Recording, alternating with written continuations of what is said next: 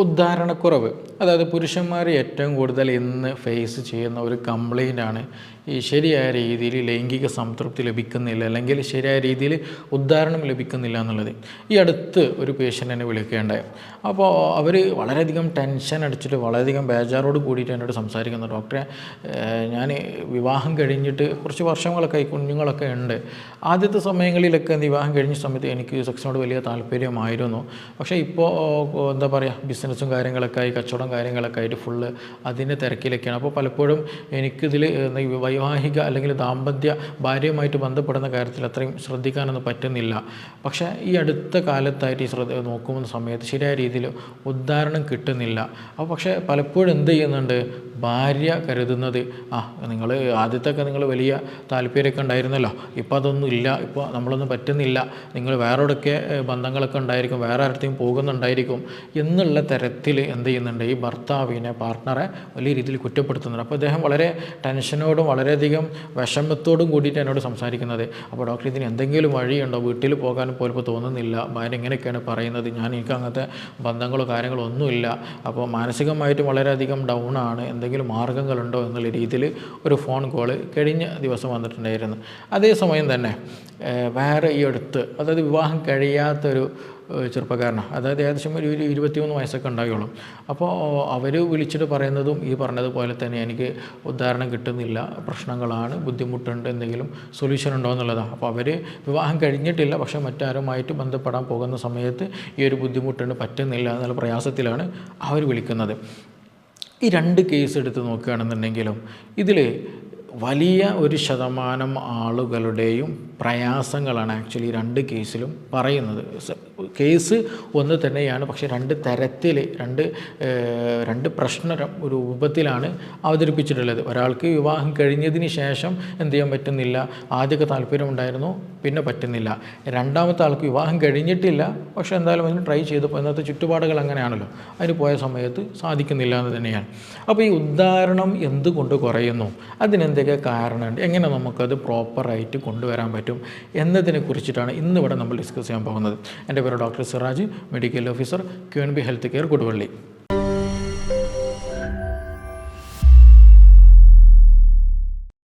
അപ്പോൾ ഈ ഒരു കേസിൽ, ഉദ്ധാരണക്കുറവ് വരുന്ന കേസുകളിൽ ഈ 2 കേസ് ഞാൻ പറഞ്ഞല്ലോ, ഇത് രണ്ടും വരുന്നത് ഒരൊറ്റ റീസണെ കൊണ്ടാണ്, മെൻ്റൽ ഹെൽത്ത് പ്രോപ്പർ അല്ല എന്നാണ്. ഞാൻ എൻ്റെ ഒരു ഭാഷയിൽ കൂടെ പറയുകയാണ്, മെൻ്റൽ ഹെൽത്ത് പ്രോപ്പർ അല്ല എന്ന്.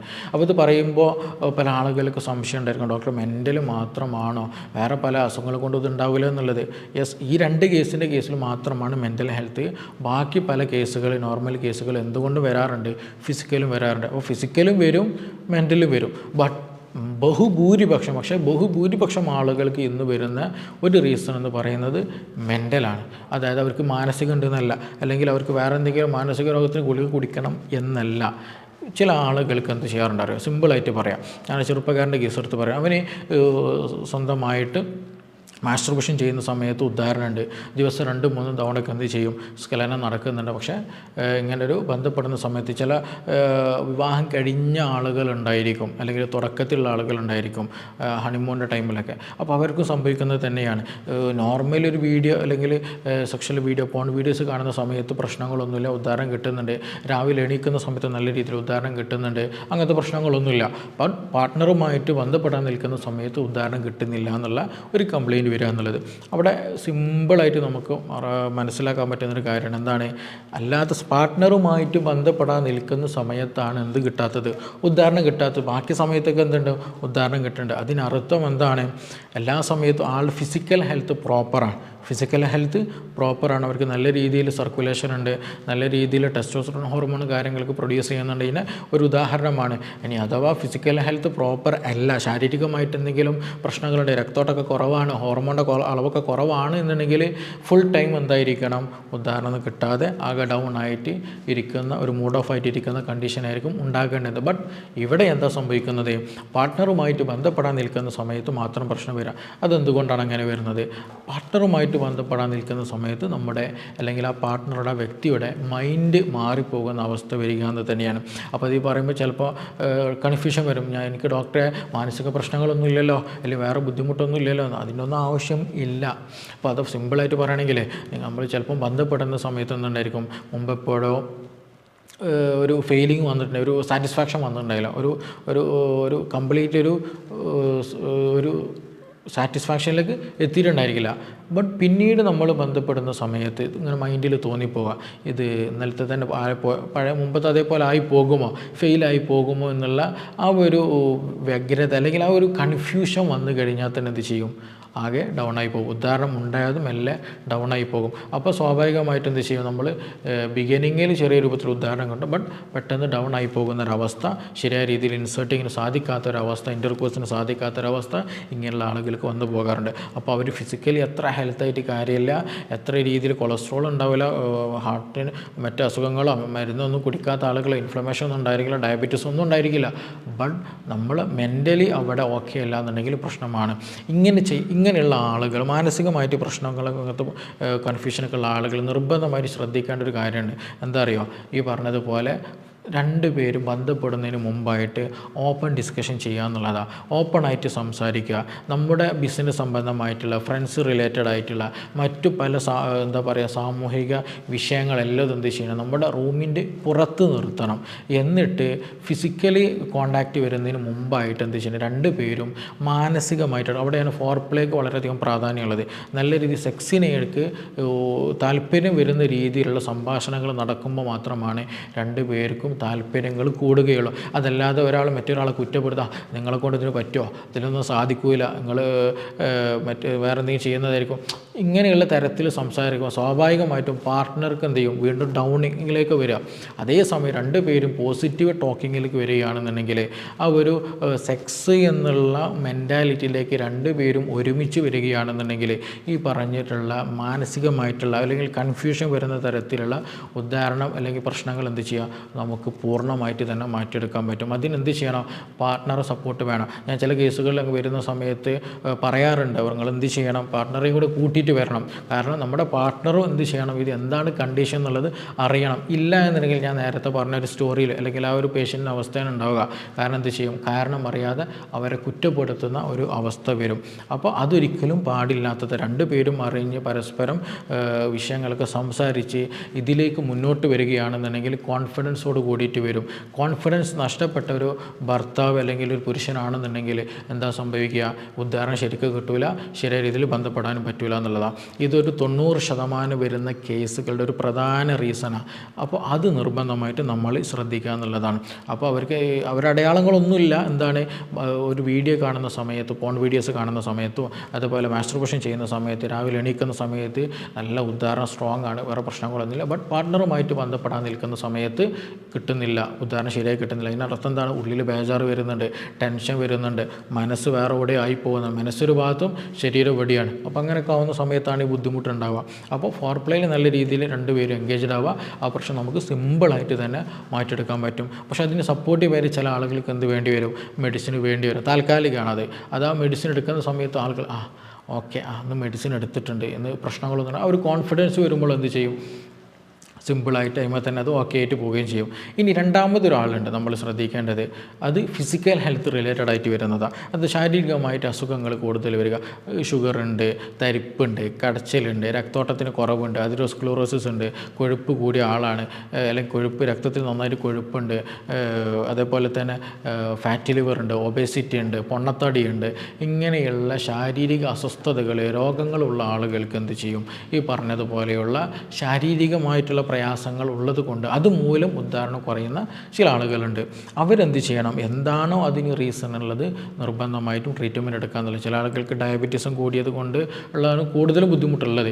എസ്പെഷ്യലി ബോഡിയിൽ എന്ത് ചെയ്യും, ഇൻഫ്ലമേഷനൊക്കെ കൂടും, രക്തോട്ടത്തിലൊക്കെ ഒന്ന് ഇൻഫ്ലമേഷൻ കൂടിയിട്ട് രക്തോട്ടം കുറയുന്ന അവസ്ഥ വരിക, രക്തക്കുഴലിൽ ചുരുങ്ങുന്ന അവസ്ഥ വരിക, അതേപോലെ തന്നെ രക്തം കുറയുന്ന അവസ്ഥ വരിക, ക്ഷീണം കൂടുതൽ അനുഭവപ്പെടുക, ഞരമ്പുകൾക്ക് വീക്ക്നെസ്, അതായത് മുമ്പുണ്ടായിരുന്ന പോലെ സെൻസേഷനൊക്കെ കുറയും. അപ്പോൾ നമുക്ക് പെട്ടെന്ന് എന്ത് ചെയ്യില്ല, ഫീലിംഗ് ഫീലിങ്സുകളൊന്നും പെട്ടെന്ന് നമുക്ക് അനുഭവപ്പെടില്ല. അപ്പോൾ അങ്ങനെയൊക്കെ വന്നു കഴിഞ്ഞാൽ ഫീലിങ്സ് നമുക്ക് പെട്ടെന്ന് അങ്ങനെ ബോഡിക്ക് പണ്ടത്തെ പോലെ സെൻസേഷനൊക്കെ നഷ്ടപ്പെട്ട് കഴിഞ്ഞാൽ പ്രയാസമാണ്. ചില ആളുകൾക്കില്ല ഷുഗറൊക്കെ വന്നു കഴിഞ്ഞാൽ ചെരുപ്പുള്ളതുപോലെ അറിയില്ല, ചെരുപ്പിടാൻ പ്രയാസം, നടക്കാൻ പറ്റുന്നില്ല എന്നതുപോലെ എന്ത് ചെയ്യും, തരിപ്പും കടച്ചിലൊക്കെ എവിടെയും വരും. നമ്മുടെ പുരുഷലിംഗത്തിലൊക്കെ കൂടുതലും വരാനുള്ള സാധ്യതയുണ്ട്. അതേപോലെ തന്നെ എന്താ വെച്ചാൽ നമ്മുടെ മെറ്റബോളിസം കംപ്ലീറ്റ് ഇംബാലൻസ്ഡ് ആകുമ്പോൾ ടെസ്റ്റോസ്റ്ററോൺ ഹോർമോൺ കുറയാനുള്ള സാധ്യത വളരെ വളരെ കൂടുതലാണ്. അപ്പോൾ അങ്ങനെ പ്രയാസങ്ങളൊക്കെ ഉള്ള ആളുകൾ എന്ത് ചെയ്യണം, ഒന്ന് അവരുടെ നറിഷ്മെൻറ്റ് ബോഡിയിൽ നല്ലോണം കിട്ടും, നല്ല സ്ട്രെങ്ത്ത് കിട്ടാനുള്ള സപ്ലിമെൻറ്റുകളും ട്രീറ്റ്മെൻറ്റുകളും എക്സസൈസുകളും ഫുഡും കാര്യങ്ങളൊക്കെ നമ്മൾ കഴിക്കുക എന്നുള്ളതാണ്. അതുപോലെ രക്തോട്ടത്തിന് കുറവുണ്ടെങ്കിൽ അത് പ്രോപ്പറാക്കാൻ ഹെൽപ്പ് ചെയ്യുന്ന ഭക്ഷണങ്ങളും എക്സസൈസുകളും കാര്യങ്ങളൊക്കെ പ്രോപ്പറായിട്ട് ചെയ്യുക എന്നുള്ളതാണ്.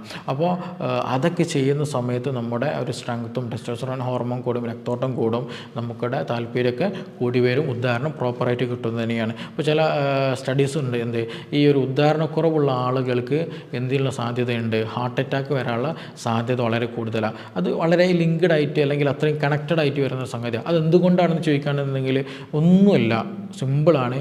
ഈ ഇൻഫ്ലമേഷൻ, അതായത് രക്തക്കുഴലുകളിൽ ഇൻഫ്ലമേഷൻ വരുന്ന സമയത്താണ് അറ്റാക്കും വരുന്നത്. അതേസമയം ചില ആളുകൾക്ക് എന്തിനുള്ള സാധ്യത ഉള്ളത്, ഉദാഹരണം കുറയാനുള്ള സാധ്യതയും കൂടുതൽ. കാരണം ഈ രക്തക്കുഴലുകൾ, നമ്മുടെ ലിംഗത്തിലുണ്ടാകുന്ന രക്തക്കുഴലുകളുണ്ട്, രക്തം വരുന്ന ഭാഗങ്ങൾ, അവിടെ ഇൻഫ്ലമേഷൻ വന്നു കഴിഞ്ഞാൽ ശരിയായ രീതിയിൽ പ്രോപ്പറായിട്ട് എന്ത് ചെയ്യില്ല, രക്തം ഫില്ലാകില്ല. രക്തം ഫില്ലാകുന്ന സമയത്താണ് അത് ഉദ്ധരിക്കുന്നത്, പുരുഷൻ്റെ ലിംഗം ഉദ്ധരിക്കുന്നത്.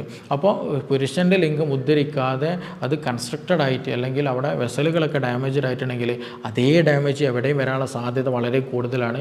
നമ്മുടെ ബോഡിയിൽ എല്ലായിടത്തും വരാനുള്ള സാധ്യത കൂടുതലാണ്. എസ്പെഷ്യലി ഹൃദയത്തിൽ അതുണ്ടാകാനുള്ള സാധ്യത വളരെ കൂടുതലാണ്. ഇനി നിങ്ങൾക്ക് ഹൃദയത്തിൽ എന്തെങ്കിലും പറഞ്ഞതുപോലെ ബ്ലോക്ക് കാര്യങ്ങളൊക്കെ ഐഡൻറ്റിഫൈ ചെയ്തിട്ടുണ്ടെങ്കിൽ നിങ്ങൾക്ക് ഉദാഹരണം കുറയാനുള്ള സാധ്യത വളരെ വളരെ കൂടുതലാണ്. ഇത് രണ്ടും എന്ത് ചെയ്യാണ്, ഇൻ്റർ കണക്റ്റഡാണ്. വേറെ ഒന്നുമല്ല, എന്താണ്, രണ്ടും രക്തക്കുഴലുകൾ റിലേറ്റഡ് ആയതുകൊണ്ടാണ് ആ ഒരു പ്രശ്നം അല്ലെങ്കിൽ ഈ രക്തത്തിൽ ഇൻഫ്ലമേറ്ററി മീഡിയേറ്റേഴ്സ് കൂടിയത് കൊണ്ട് അല്ലെങ്കിൽ ഇൻഫ്ലമേഷൻ വരാനുള്ള സാധ്യത കൂടുതൽ ഉള്ളത് കൊണ്ടാണ് അങ്ങനെയൊക്കെ വരുന്നത്. അപ്പോൾ ഇങ്ങനെയുള്ള ആളുകൾ എന്ത് ചെയ്യണം, ഇൻഫ്ലമേഷൻ കുറയ്ക്കാനുള്ള മെഡിസിൻസുകളും സപ്ലിമെൻറ്റുകളും അതേപോലെ ഭക്ഷണങ്ങളൊക്കെ എടുക്കുക എന്നുള്ളത്. അമിതമായിട്ട് മധുരം ഒഴിവാക്കുക, മധുരങ്ങൾ പൂർണ്ണമായിട്ട് ഒഴിവാക്കുക, കാർബോഹൈഡ്രേറ്റ് ഒഴിവാക്കുക, ഇലക്കറികളും പച്ചക്കറികളും ഫ്രൂട്ട്സുകളൊക്കെ എന്ത് ചെയ്യുക, ഭക്ഷണത്തിൽ ഉൾപ്പെടുത്തുക. അതുപോലെ ഇറച്ചും മീനൊക്കെ ആവശ്യത്തിന് നല്ല രീതിയിൽ കഴിക്കുക, നല്ല നട്ട്സുകളൊക്കെ കഴിക്കുക, നല്ല രീതിയിൽ എക്സസൈസുകൾ ചെയ്യുക. ഈ കാര്യങ്ങളൊക്കെ ചെയ്യുമ്പോൾ ചെയ്യും നമുക്ക് പൂർണ്ണമായിട്ട് മാറ്റിയെടുക്കാൻ പറ്റുന്നത് തന്നെയാണ്. എങ്കിൽ പോലും ചില ആളുകൾക്കും പല രീതിയിലുള്ള സംശയങ്ങളും ഇതുമായി ബന്ധപ്പെട്ട് ഈ ഇറക്ടൈൽ ഡിസ്ഫങ്ഷനുമായി ബന്ധപ്പെട്ട് ഉണ്ടാകാറുണ്ട്. പൊതുവേ ഉണ്ടാകുന്ന ഒരു ഏരിയയാണ്, പലർക്കും പറയാൻ മടിയുള്ള പ്രയാസമാണ്. പക്ഷേ ഒരുപാട് സാമൂഹിക ഉത്തരവാദിത്വവും സാമൂഹികമായിട്ട് പ്രശ്നങ്ങൾ അല്ലെങ്കിൽ കുടുംബ പ്രശ്നങ്ങൾ ഇന്ന് പലതും നടക്കുന്നത് ഈ അവിഹിതം, അതേപോലെ ഒരുപാട് മരണങ്ങൾ കൊലപാതകങ്ങൾ നടക്കുന്നതും ഈ പറഞ്ഞ അവിഹിതത്തിലൂടെയാണ്. അതിൻ്റെ ഒരു ബേസിക് റീസൺ എന്ന് പറയുന്നത് എന്താണ്, തൻ്റെ പാർട്ട്ണറെ നമുക്ക് തൃപ്തിപ്പെടാൻ പറ്റുന്നില്ല. അത് ചിലപ്പം സ്ത്രീയാകാം അല്ലെങ്കിൽ പുരുഷനായിരിക്കാം. അപ്പോൾ അങ്ങനെ വരുന്ന സമയത്താണ് പലപ്പോഴും മറ്റു പല ബന്ധങ്ങളിലേക്ക് പോകുന്നത്, മറ്റു പല ചതിക്കുഴലുകൾ വന്നു പോകുന്നതൊക്കെ. അപ്പോൾ നമ്മൾക്ക് അങ്ങനെ എന്തെങ്കിലും പ്രയാസങ്ങളുണ്ട്, നമ്മുടെ കുടുംബത്തിൽ അങ്ങനെ ബുദ്ധിമുട്ടുണ്ടെങ്കിൽ അതിന് പ്രോപ്പറായിട്ട് എന്ത് ചെയ്യുക, ട്രീറ്റ്മെൻറ്റ് എടുക്കുക. രണ്ടുപേരും പരസ്പരം മനസ്സിലാക്കിയിട്ട് രണ്ടുപേരും പരസ്പരം സപ്പോർട്ട് ചെയ്തിട്ട് പോവുകയാണെങ്കിൽ ഒരു പ്രയാസവും ഇല്ലാതെ തന്നെ എന്ത് ചെയ്യാൻ പറ്റും, അത് പൂർണ്ണമായിട്ട് നോർമലി എല്ലാവരും ഹാപ്പി ആയിട്ട് പോകുന്ന പോലെ നമുക്ക് കൊണ്ടുപോകാൻ പറ്റുന്നതാണ്. അപ്പോൾ ഇതുമായി ബന്ധപ്പെട്ട എന്തെങ്കിലും സംശയങ്ങളൊക്കെ ഉണ്ട്, എന്തെങ്കിലും കൂടുതലൊക്കെ അറിയാനൊക്കെ താല്പര്യമുള്ള ആളുകൾക്ക് എന്ത് ചെയ്യാം, താഴെ തന്നുള്ള നമ്പറിൽ ബന്ധപ്പെടാവുന്നതാണ്. നമുക്കിനി മറ്റൊരു വിഷയവുമായി ബന്ധപ്പെട്ടിട്ട് വീണ്ടും കാണാം. Thank you.